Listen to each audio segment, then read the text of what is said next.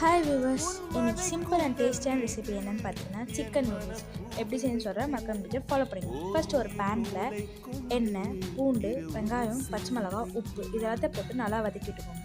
வெங்காயம் பச்சை மிளகா நல்லா வதங்கினோடனே அதான் கூட கொஞ்சமாக பீன்ஸும் கோஸும் ஆட் பண்ணிக்கோங்க. வேறு என்ன வெஜிடபிள்ஸ் உங்களுக்கு பிடிக்குமோ அதையும் ஆட் பண்ணிக்கோங்க.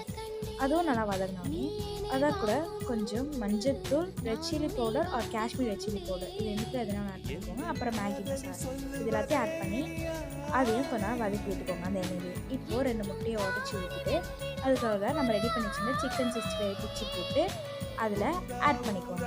சிக்கன் 65 ஆட் பண்ணோடனே அதான் கூட soya sauce, red chilli sauce and green chilli sauce இது எல்லாத்தையும் ஆட் பண்ணி நல்லா மிக்ஸ் பண்ணிவிட்டு நம்ம வேக வச்சுருந்த நூடுல்ஸையும் ஆட் பண்ணிவிட்டு மிக்ஸ் பண்ணிங்கன்னா ஒரு சூப்பரான சிக்கன் நூடுல்ஸ் சரி. மறக்காமல் நீங்களும் ட்ரை பண்ணிக்கோங்க.